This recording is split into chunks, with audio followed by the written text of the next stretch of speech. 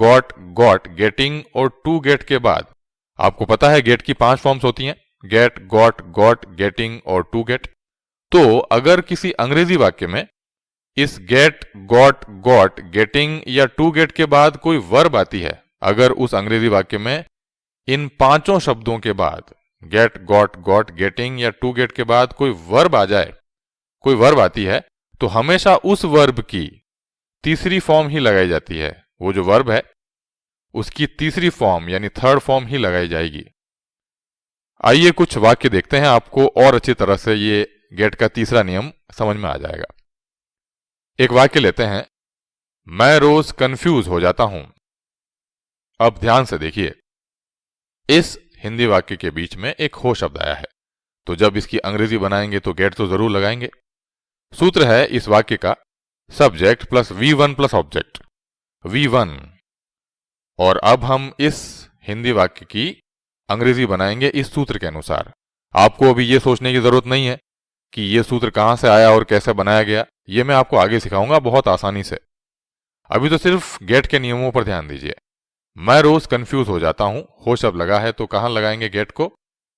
Gate का दूसरा नियम क्या कहता है? गेट का दूसरा नियम कहता है कि गेट को हमेशा अंग्रेजी वाक्य के सूत्र में मेन वर्ब के स्थान पर लगाइए, और अंग्रेजी वाक्य के सूत्र में मेन वर्ब की जो फॉर्म होगी गेट की भी वही फॉर्म लगाएंगे।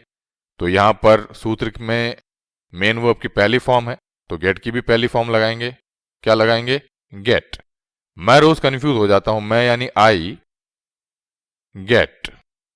अब देखिए गेट का तीसरा नियम क्या कहता है। गेट का तीसरा नियम यह कहता है कि अगर किसी अंग्रेजी वाक्य में, जो हम अंग्रेजी वाक्य भी बना रहे हैं, अगर किसी अंग्रेजी वाक्य में गेट, गॉट, गेटिंग या टू गेट के बाद कोई वर्ब आती है, तो अब यहां पर आ रहा है आई गेट कंफ्यूज। मैं रोज क्या हो जाता हूं? कंफ्यूज हो जाता हूं। और ये जो कंफ्यूज है ये एक वर्ब है। तो अगर गेट, गॉट, गेटिंग या टू गेट के बाद कोई वर्ब आती है तो हमेशा उसकी थर्ड फॉर्म यानी तीसरी फॉर्म लगाते हैं। तो यहां पर लगाएंगे आई गेट कंफ्यूज्ड, तीसरी फॉर्म, ईडी लग रहा है। कंफ्यूज की तीसरी फॉर्म होती है कंफ्यूज्ड। रोज यानी डेली। तो ये वाक्य बना मैं रोज कंफ्यूज हो जाता हूं। मैं रोज कंफ्यूज हो जाता हूं, आई गेट कंफ्यूज्ड डेली। आप अगर गलती से भी यहां पर कंफ्यूज्ड के स्थान पर कंफ्यूज लगा देते, 100 में से 90 लोग यही करते हैं। वो बोलते हैं आई गेट कंफ्यूज डेली, जबकि ये गलत है। सही क्या होगा? सही होगा आई गेट कंफ्यूज्ड डेली। तो मैं रोज कंफ्यूज हो जाता हूं, I get confused daily. Get क्यों लगाया? हो शब्द लगा है, मेन वर्ब के स्थान पर लगाया है। और कंफ्यूज्ड क्यों लगाया? क्योंकि यह है गेट का तीसरा नियम कि गेट, गॉट, गेटिंग या टू गेट के बाद अगर कोई वर्ब आती है तो हमेशा उसकी तीसरी फॉर्म लगाते हैं। आइए कुछ और एग्जांपल्स देखते हैं, आपको और अच्छी तरह से समझ में आएगा। अभी तो हमने गेट का प्रयोग किया, अब हम बाकी का भी तो प्रयोग करेंगे। एक और वाक्य लेते हैं, वह आज रिटायर हो गया। वह आज रिटायर हो गया, हो शब्द लगा है, गेट लगेगा। सूत्र है subject plus V2 plus object. अब इस सूत्र के अनुसार इस वाक्य की अंग्रेजी बनाते हैं। वह आज रिटायर हो गया, वह यानी ही, गेट यहां पे लगाना है, दूसरी फॉर्म लगेगी। गेट की दूसरी फॉर्म क्या होती है? Got, he got. अब देखिए रिटायर क्या हो गया? वो आज रिटायर। रिटायर भी एक वर्ब है तो इसकी भी तीसरी फॉर्म लगेगी, क्योंकि गेट, गॉट, गेटिंग या टू गेट में से किसी के भी बाद अगर कोई वर्ब आती है तो थर्ड फॉर्म लगती है, तीसरी फॉर्म लगती है। वह आज रिटायर हो गया, ही गॉट। रिटायर की तीसरी फॉर्म होती है रिटायर्ड, आज यानी टुडे। आप अगर गलती से भी ये लगा देते ही गॉट रिटायर, रिटायर्ड के स्थान पर अगर रिटायर लगा देते तो ये भी गलत हो जाता, क्योंकि आपको तो तीसरी फॉर्म लगानी है। ये गलत है। सही क्या है? He got retired today. वह आज रिटायर हो गया, ही गॉट रिटायर्ड टुडे। एक और वाक्य लेते हैं, तुम रिजेक्ट हो चुके हो। तुम रिजेक्ट हो चुके हो। तुमने इंटरव्यू तो दिया था, एग्जाम तो दिया था, लेकिन तुम रिजेक्ट हो चुके हो शब्द लगा है देखिए। और हो शब्द लगता है अगर बीच में तो गेट जरूर लगता है। एक सूत्र लेते हैं, subject plus have plus V3 plus object, V3 यानी मेन वर्ब की तीसरी फॉर्म। गेट लगाना है क्योंकि हो लगा है, यहां लगाना है मेन वर्ब के स्थान पर, गेट की तीसरी फॉर्म लगाएंगे गॉट। तुम रिजेक्ट हो चुके हो, तुम यानी यू हैव। अभी आपको यह सोचने की जरूरत नहीं है कि यह सूत्र कहां से आया, यहां पर हैव क्यों लगाया गया, यह सब सोचने की जरूरत नहीं है, यह मैं आपको आगे सिखाऊंगा। यह बहुत आसान है, बहुत आसान। अभी तो सिर्फ गेट के नियमों पर ध्यान दीजिए। तुम रिजेक्ट हो चुके हो, तुम यानी यू हैव, गेट की तीसरी फॉर्म गॉट। अब देखिए तीसरा नियम, गेट गॉट गॉट गेटिंग और टू गेट के बाद अगर कोई वर्ब आती है तो तीसरी फॉर्म लगाते हैं। रिजेक्ट भी एक वर्ब है तो इसकी भी तीसरी फॉर्म लगाएंगे रिजेक्टेड। रिजेक्टेड ईडी, रिजेक्ट की तीसरी फॉर्म होती है रिजेक्टेड। गलती से भी रिजेक्ट मत लगा दीजिएगा, वो गलत हो जाएगा। You have got rejected, reject नहीं, ये तो गलत है। तुम रिजेक्ट हो चुके हो, यू हैव गॉट रिजेक्टेड। एक और एग्जांपल लेते हैं, मैं बोर हो रहा हूं, मैं बोर हो रहा हूं, बोर। बहुत बार आप ये वाक्य बोलते होंगे, मैं बोर हो रहा हूं। देखिए हो शब्द लगा है, गेट जरूर लगेगा। सूत्र है subject plus M plus V4 plus object. V4 यानी चौथी फॉर्म, आईएनजी वाली फॉर्म। मैं बोर हो रहा हूं, हो तो लगेगा।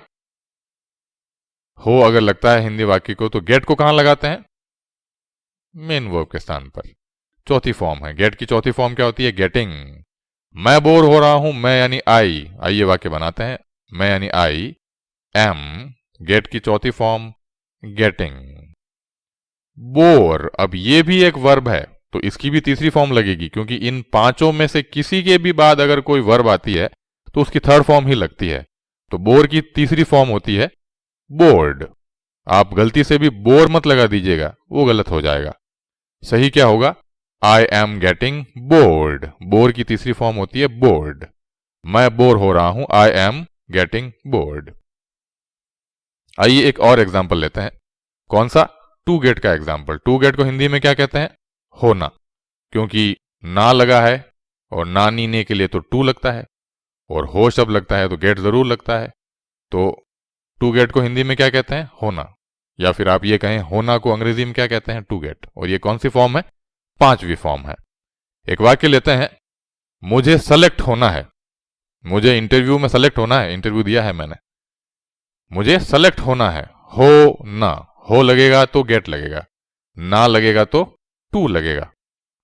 तो होना की अंग्रेजी क्या बनेगी, टू गेट। सूत्र देखिए, subject plus have plus V5 plus object. V5 यानी पांचवी फॉर्म। पांचवी फॉर्म में वैसे भी टू लगता है, देखिए टू गेट। मुझे सेलेक्ट होना है, आई हैव, हो ना, टू गेट। अब देखिए सेलेक्ट भी एक वर्ब है तो इसकी भी तीसरी फॉर्म लगेगी। सेलेक्ट की तीसरी फॉर्म होती है सेलेक्टेड। गलती से भी आप सेलेक्ट मत लगा दीजिएगा, वो गलत है। सही क्या होगा, I have to get selected. मुझे सेलेक्ट होना है, I have to get selected. तो ये था गेट का तीसरा नियम कि गेट, गॉट, गॉट, गेटिंग और टू गेट के बाद अगर कोई वर्ब आती है तो हमेशा उसकी तीसरी फॉर्म ही लगाई जाती है।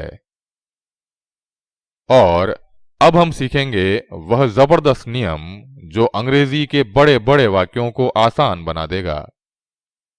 तो आइए शुरू करते हैं। पिछले वीडियो में आपने मेन वर्ब्स के बारे में पढ़ा था। आपने पिछले वीडियो में पढ़ा था कि वर्ब्स यानी क्रियाएं दो प्रकार की होती हैं, मेन वर्ब और हेल्पिंग वर्ब। मेन वर्ब यानी मुख्य क्रिया, जैसे गो, कम, सिट, ईट, ड्रिंक आदि। तो आपने मेन वर्ब्स के बारे में पढ़ा था पिछले वीडियो में। और अगर हम मेन वर्ब्स की बात करें तो छोटे वाक्यों में सिर्फ एक ही मेन वर्ब होती है। अगर वाक्य छोटा है तो उसमें एक ही मेन वर्ब होती है। लेकिन जैसे जैसे वाक्य बड़े होते जाते हैं उनमें मेन वर्ब्स की संख्या भी बढ़ती जाती है। जैसे जैसे वाक्य छोटे से बड़े होते जाएंगे वैसे वैसे उनमें मेन वर्ब्स की संख्या भी बढ़ती जाएगी। किसी में 2, किसी में 3, किसी में उससे भी ज्यादा मेन वर्ब्स आ जाती हैं। जैसे अगर हम एक छोटा सा वाक्य लें, मैं अंग्रेजी बोलता हूं, तो ध्यान से देखिए, इस हिंदी वाक्य में सिर्फ एक ही मेन वर्ब है, बोलता। लेकिन अगर हम थोड़ा सा बड़ा वाक्य लें, जैसे मैं अंग्रेजी बोलना चाहता हूं, तो इस हिंदी वाक्य में दो मेन वर्ब्स आई हैं। देखिए, बोलना और चाहता। बोलना भी एक क्रिया है, मेन वर्ब है, और चाहता ये भी एक क्रिया है, मुख्य क्रिया, मेन वर्ब। तो इस वाक्य में दो मेन वर्ब्स आ गई, जबकि ऊपर वाले वाक्य में एक ही मेन वर्ब आई थी। अगर थोड़ा और बड़ा वाक्य लें, जैसे मैं अंग्रेजी बोलना सीखना चाहता हूं, तो इस वाक्य में तो तीन मेन वर्ब्स आ गई, बोलना, सीखना और चाहता। तो जैसे जैसे वाक्य बड़ा होता जाएगा, वैसे वैसे उनमें मेन वर्ब्स की संख्या भी बढ़ती है। अगर और बड़ा वाक्य लें, जैसे मैं अंग्रेजी बोलना सीखने जाना चाहता हूं, तो इस वाक्य में तो देखिए चार मेन वर्ब्स आ गई, बोलना, सीखने, जाना और चाहता। तो जैसे जैसे वाक्य बड़े होते जाएंगे, उनमें मेन वर्ब्स की संख्या भी बढ़ती जाएगी। इस वीडियो में हम ये सभी वाक्य बनाना सीखेंगे, छोटे भी सीखेंगे और बड़े भी सीखेंगे। पहले छोटे वाक्य और फिर बड़े वाक्य। शुरुआत हम छोटे वाक्य से करेंगे, जिनमें सिर्फ एक ही मेन वर्ब होती है। पहले हम छोटे छोटे वाक्य सीखेंगे और फिर बड़े बड़े वाक्य। तो शुरुआत में हम छोटे वाक्य से ही शुरुआत करेंगे, जिसमें सिर्फ एक ही मेन वर्ब होती है। तो आइए शुरू करते हैं। बहुत ध्यान से पढ़िएगा। अगर किसी हिंदी वाक्य में सिर्फ एक ही मेन वर्ब आती है, तो उसे अंग्रेजी वाक्य के सूत्र में वी के स्थान पर लगाया जाता है। अगर किसी हिंदी वाक्य में सिर्फ एक ही मेन वर्ब आती है, अगर किसी हिंदी वाक्य में सिर्फ एक ही मेन वर्ब आ जाए, तो उसे अंग्रेजी वाक्य के सूत्र में वी के स्थान पर लगाया जाता है। बहुत आसान है। जैसे अगर मैं कहूं मैं अंग्रेजी बोलता हूं, तो इस हिंदी वाक्य में तो सिर्फ एक ही मेन वर्ब आई है, बोलता। अब सूत्र देखते हैं, subject plus V1 plus object.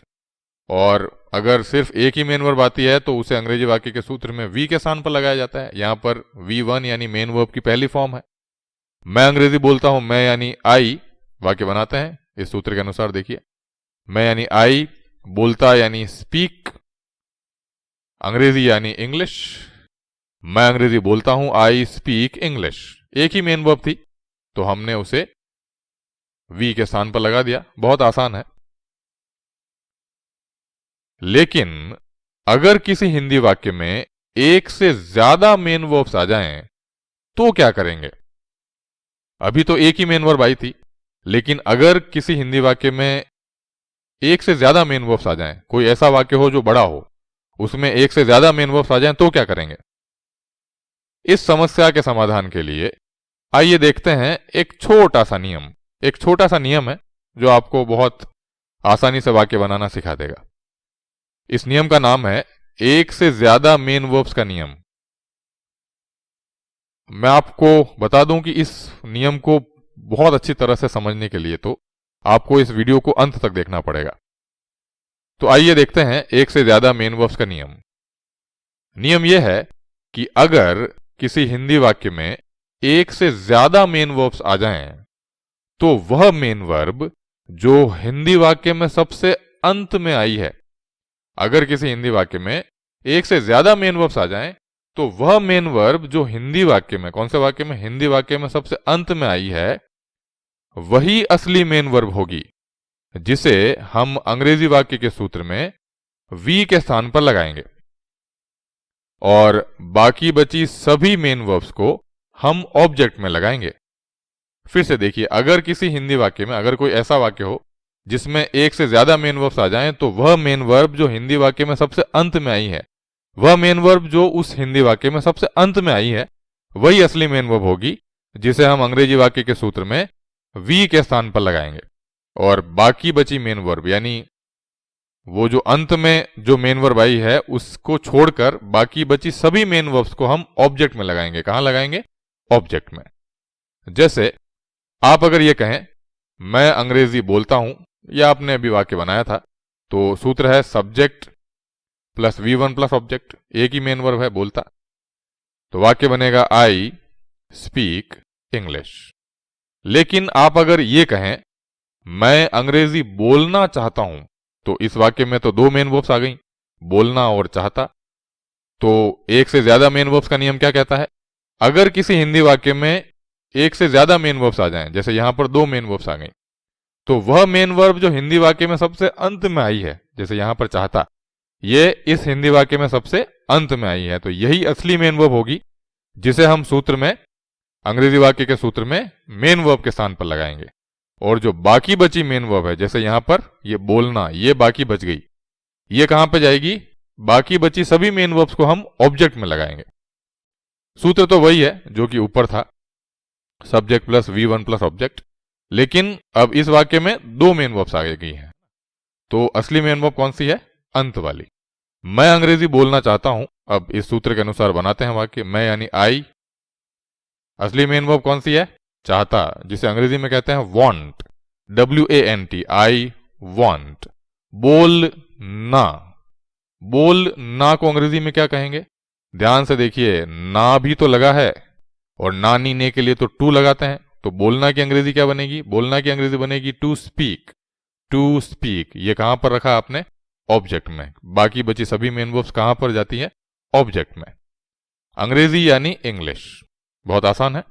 मैं अंग्रेजी बोलना चाहता हूं, I want to speak English. तो एक से ज्यादा मेन वर्ब्स का नियम यह है कि अगर किसी हिंदी वाक्य में एक से ज्यादा मेन वर्ब्स आ जाएं, तो वह मेन वर्ब जो हिंदी वाक्य में सबसे अंत में आती है वही असली मेन वर्ब होगी, जिसे हम सूत्र में V के स्थान पर लगाएंगे और बाकी बची सभी मेन वर्ब्स को हम ऑब्जेक्ट में स्थान देंगे। मैं अंग्रेजी बोलना चाहता हूं, I want to speak English. आप अगर ये कहें मैं अंग्रेजी बोलना सीखना चाहता हूं, मैं अंग्रेजी बोलना सीखना चाहता हूं, तो यहां पर ध्यान से देखिए, यहां पर तीन मेन वर्ब्स आ गई, बोलना, सीखना और चाहता। लेकिन अभी भी एक से ज्यादा मेन वर्ब्स का जो नियम है वो काम में आ जाएगा। नियम क्या है कि अगर एक से ज्यादा मेन वर्ब्स आ जाएं तो भी असली मेन वर्ब कौन सी है? जो सबसे अंत में आई है, और बाकी जो बची हुई मेन वर्ब्स हैं वो कहां जाएंगी? वो जाएंगी ऑब्जेक्ट में। सूत्र तो वही है जो अभी चल रहा था, subject plus V1 plus object. मैं अंग्रेजी बोलना सीखना चाहता हूं, मैं यानी आई, असली मेन वर्ब चाहता, वांट। अब आपको पीछे से आगे आना है। सीखना, सीखना और बोलना ये कहां पर जाएगी? ये जाएगी ऑब्जेक्ट में, क्योंकि ये बाकी बची हुई मेन वर्ब है। सीखना, ना लगा है, देखिए सीखना को अंग्रेजी में क्या कहते हैं? To learn. टू क्यों लगाया है? क्योंकि ना लगा है।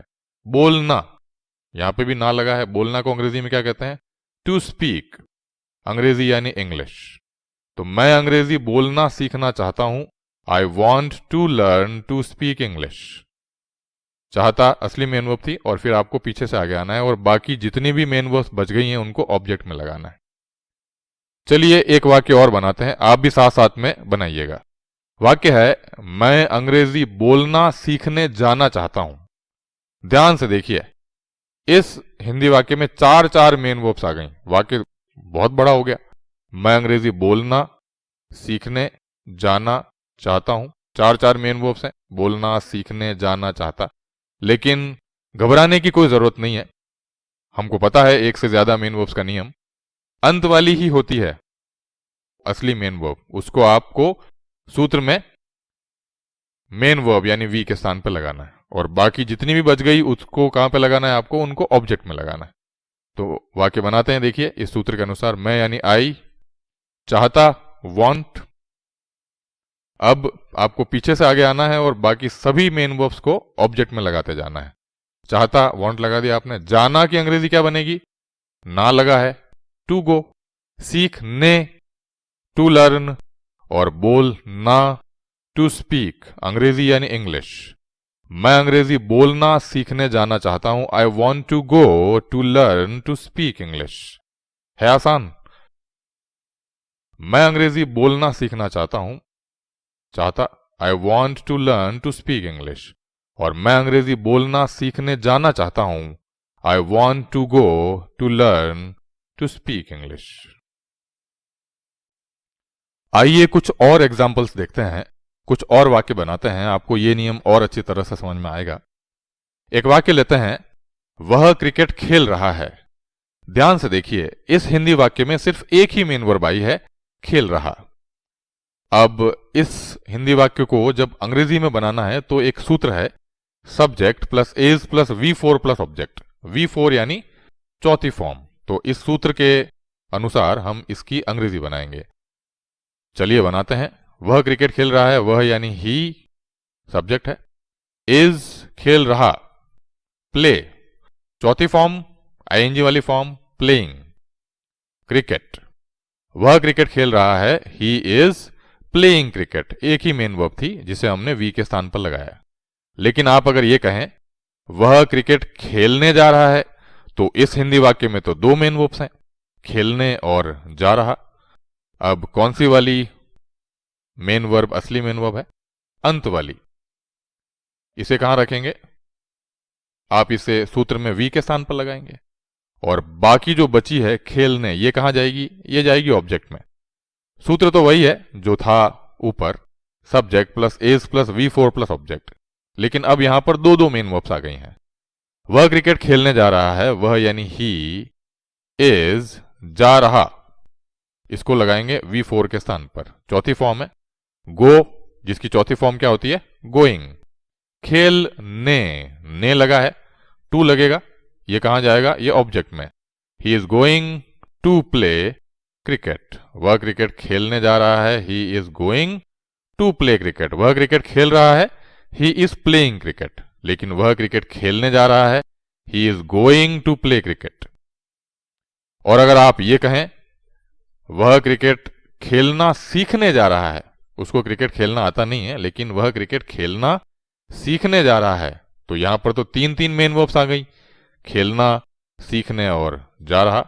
तीन तीन मेन वर्ब्स आ गई हैं यहां पर। सूत्र तो वही है, subject plus is plus V4 plus object. चलिए वाक्य बनाते हैं। तीन मेन वर्ब्स हैं, अंत वाली कौन सी है? जा रहा। असली मेन वर्ब यही है, यहां पर लगाते हैं V4 के स्थान पर। वह क्रिकेट खेलने जा रहा है, वह यानी ही सब्जेक्ट है, ही इज जा रहा, गोइंग। सीखने, आपको पीछे से आगे आना है, मैंने बताया था आपको। सीखने के अंत में ने लगा है, टू लर्न। खेलना, ये भी बाकी बची मेन वर्ब है, ये भी ऑब्जेक्ट में जाएगी। खेलना को क्या कहते हैं? यहां पर भी ना लगा है, टू प्ले क्रिकेट। वह क्रिकेट खेलना सीखने जा रहा है, he is going to learn to play cricket. आसान है ना? तो अभी आपने देखा कि एक छोटे से नियम से इतने बड़े वाक्य को बनाने में आसानी हो गई। तो यही तो मैं आपको बताने की कोशिश कर रहा था कि अगर तरीका सही हो तो अंग्रेजी को बहुत जल्दी और बहुत आसानी से सीखा जा सकता है।